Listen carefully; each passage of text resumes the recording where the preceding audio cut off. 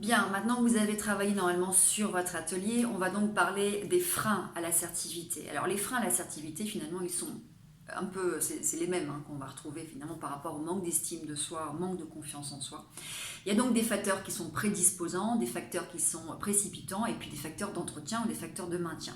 Donc tout ce qui est facteur prédisposant, alors il peut y avoir des notions génétiques, biologiques, ça peut arriver, mais voilà, en tout cas il y a des études qui montrent que voilà, on peut potentiellement avoir en tout cas, si vous faites partie d'une famille d'introvertis et que vous avez observé ça dans votre petite enfance, potentiellement, effectivement, ça peut développer chez vous plus d'un caractère introverti et un manque d'affirmation de soi. Donc il peut y avoir effectivement cette partie biologie et génétique. Il va y avoir toute la partie influence familiale. Donc dans votre éducation, effectivement, ce que vous allez observer, ce que vous allez modéliser, mais aussi ce que vos parents vous ont enseigné, peut-être aussi qu'il peut y avoir eu des brimades ou des choses comme ça qui vous ont empêché quelque part de vous affirmer. D'accord ? Et puis on va retrouver aussi dans les facteurs prédisposants vos traits de caractère, vos traits de personnalité. Et si effectivement vous êtes plutôt d'une nature timide, introvertie, alors même si ça se travaille, ce sera peut-être plus compliqué pour vous d'aller vous affirmer pour faire une demande, faire une critique ou même recevoir des compliments. D'accord ? Ensuite, il y a tout ce qui est facteurs précipitants qui vont être liés à votre vécu, vos expériences de vie. Effectivement, si vous avez eu des expériences stressantes, limite traumatisantes dans une prise de parole ou quand vous avez voulu effectivement demander des choses, on vous a brimé encore une fois peut-être là dans la relation avec vos parents ou même dans la relation avec des éducateurs, des instituteurs, peut-être que vous avez développé la croyance que quelque part, si vous devez vous exprimer, quelque part vous êtes sanctionné, donc vous allez développer la croyance que vous n'êtes pas en tout cas, vous n'êtes pas autorisé à vous exprimer. Et puis forcément, tout ce qui est facteur de maintien et d'entretien, tout ça, c'est votre façon... alors effectivement, si vous avez eu des angoisses ou un stress sévère au moment de vous adresser, je sais pas, faire un entretien de recrutement, une prise de parole en public, ça, au niveau cérébral, tout est enregistré. Donc, à un moment donné, forcément, quand il y a des situations similaires qui se présentent, pouf, la petite mémoire va rechercher les petits fichiers et vous pouvez potentiellement refaire des états de stress et être complètement tétanisé et ne pas savoir vous affirmer. Ça, c'est aussi une possibilité. Par contre, il y a aussi au niveau de l'entretien, ce cercle vicieux qu'on a déjà vu. Je vous ai dit, ce cercle vicieux, c'est la base et la clé de tout. Si vous l'avez compris, vous ferez face aux pires situations dans votre vie. Donc c'est en gros, qu'est-ce que je pense ? Comment face à cette situation, quel est le petit dialogue interne que je suis en train de me raconter ? Quelles sont les émotions, d'accord ? Et puis qu'est-ce que je fais, d'accord ? Forcément, on l'a vu, si votre dialogue interne il est négatif, il va provoquer des émotions négatives qui vont provoquer derrière des comportements d'évitement ou d'agressivité. Et c'est pareil en affirmation de soi. Alors, il faut savoir qu'un manque d'affirmation de soi, ça peut aller jusqu'à la phobie sociale. Les gens qui font des phobies sociales, ils vont être dans l'évitement. Donc, plutôt que d'affronter leur peur, ils vont éviter. Et forcément, ça aussi, on l'avait vu l'année dernière avec la gestion du stress. Vous savez maintenant que plus vous évitez une situation, plus la peur va augmenter quand une situation va se renouveler et qui est assez proche de celle que vous avez vécue auparavant. Donc la solution, c'est encore et toujours de s'exposer. Alors on peut s'exposer de façon graduée, d'accord, graduellement, de manière progressive, à ces peurs. Et plus on s'expose, plus on développe des compétences, en tout cas des compétences sociales ici. Donc ça, je vous l'ai mis, l'éducation, la mauvaise estime de soi, la confiance en soi. Alors la culture aussi, la culture va jouer énormément. Si vous prenez les Japonais, ce sont des gens qui ont un rapport à l'autorité qui est très très important. Enfin, moi qui travaillais beaucoup avec l'Asie, en général, beaucoup de mes homologues disaient oui à tout ce que je disais. Et parfois, je pense qu'ils n'avaient pas dû comprendre forcément ce que j'avais envie ou qu'ils étaient parfois en désaccord et ils me disaient quand même oui. Donc il y a un rapport à l'autorité qui est très important dans les pays asiatiques et au Japon. Au Gabon, par exemple, c'est un pays où on va faire preuve d'une assertivité naturelle. On exprime naturellement ses besoins, ses envies, ses désirs, son désaccord. Ce qui n'est pas forcément le cas de la France. En France, on va aussi beaucoup refouler les émotions.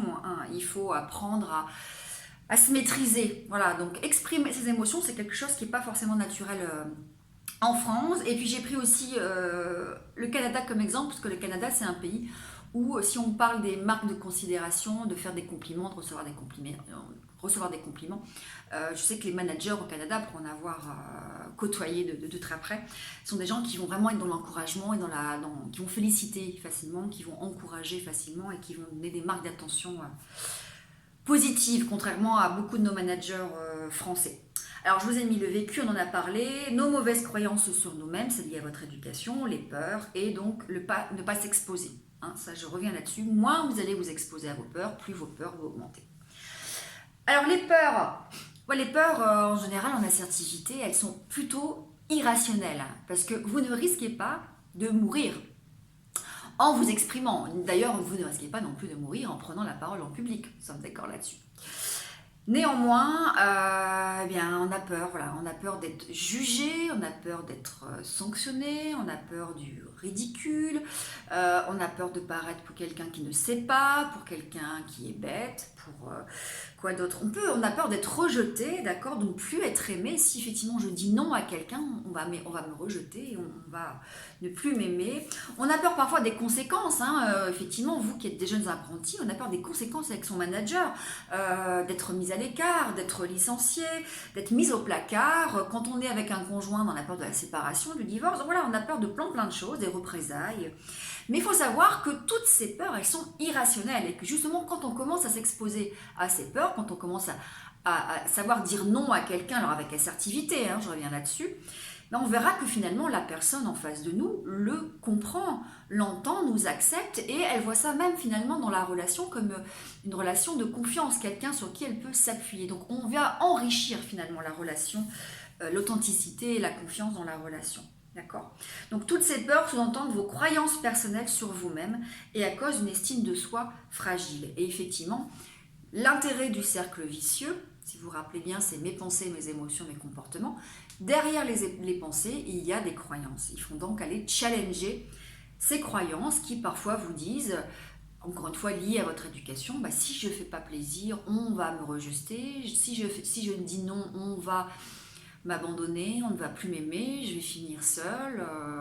Si je dis non à mon patron, il va me saquer, je n'aurai pas d'augmentation, il ne va pas renouveler mon contrat. Voilà, ça sont des croyances qui généralement se révèlent être fausses. Il faut tester la véracité de ces croyances, on verra après comment ça se fait dans le cercle vicieux. Alors, tout est une histoire d'interlocuteur. Effectivement, vous avez dû le remarquer vous-même, il y a des gens avec qui c'est plus facile de s'affirmer et puis d'autres avec qui c'est un peu plus touchy. Sachez que plus il y a d'affect, alors il peut y avoir aussi la notion d'autorité, figure d'autorité, mais plus il y a d'affect, plus les relations vont être compliquées. Donc j'imagine qu'avec vos parents, avec vos frères et sœurs, avec peut-être aussi votre conjoint, des amis proches, vous pouvez peut-être rentrer plus facilement en fight parce qu'il y a cette notion d'affect, hein. En gros on ne fait pas attention, ça touche directement parfois aux valeurs personnelles, dans la relation en tout cas. Et là, on oublie, la plupart du temps, on oublie son assertivité pour tomber parfois en agressivité ou en passivité. Pensez à vos relations avec vos parents. Est-ce que vous êtes plutôt en mode rébellion, en enfant rebelle, donc en agressivité, ou est-ce que vous êtes plutôt en enfant soumis, en passivité avec vos parents, alors que vous devriez être en agressivité, en assertivité, pardon. Qu'est-ce que vous pourriez faire pour changer cette situation ? D'accord ? Donc plus il y a d'affect, plus effectivement il peut y avoir des problèmes de manque d'affirmation de soi ou d'assertivité. Et puis il y a aussi tout ce qui est relations, au niveau des relations sociales, les figures d'autorité. Voilà, vous verrez que si au contraire peut-être c'est très facile de vous affirmer dans votre cercle amical, et bien peut-être que quand vous allez avoir une figure d'autorité, quelqu'un qui représente le pouvoir, la connaissance, le savoir, peut-être que vous allez avoir un peu plus de mal à vous affirmer. Et ça, moi je le vois aussi en cours, je vois bien ceux qui à un moment donné sont vraiment dans le respect de l'autorité du prof, et puis ceux qui, alors ça ne veut pas dire qu'ils manquent de respect de l'autorité du prof, mais voilà, qui vont oser s'affirmer, challenger, ce que moi j'apprécie aussi, parce qu'on est vraiment là dans un vrai échange. Donc il peut y avoir dans vos croyances aussi par rapport à votre éducation le fait que voilà, la figure d'autorité c'est quelqu'un qu'on respecte et on n'ose pas dire non, on n'ose pas s'affirmer face à la figure d'autorité. Voilà, je vais finir cette vidéo sur les 6 grands domaines de l'affirmation de soi, enfin mais il y en a même 7 en fait, là je ne l'ai pas mis sur le slide mais on le verra après. Donc on va retrouver les grandes situations que vous avez peut-être justement identifiées dans l'atelier. Quelles sont les situations dans lesquelles et pour lesquelles on manque d'affirmation de soi? Eh bien, il y a faire une demande. Voilà, faire une demande, alors que ce soit un patron pour une augmentation, ou bien faire une demande à un ami, faire un refus, savoir dire non, donc ça on va le revoir ensemble, faire une critique, on l'avait vu aussi, savoir répondre à une critique, hein, parce que ça c'est faire des critiques, parfois c'est compliqué, mais savoir répondre à une critique qui est justifiée ou qui n'est pas justifiée, faire un compliment, recevoir un compliment, et puis on verra aussi comment gérer la colère de l'autre. Vous verrez que si demain vous êtes manager, ou sans être manager d'ailleurs, hein, on peut parfois, vous allez probablement vivre dans votre vie en entreprise parfois des clashs avec des gens qui vont être en colère. Donc dans ce cas-là, qui ne savent pas non plus gérer leurs émotions et qui peut-être vont tomber dans l'agressivité. Il va falloir gérer ça. Donc on va apprendre comment gérer la colère de l'autre avec assertivité. Voilà pour cette vidéo. À très bientôt.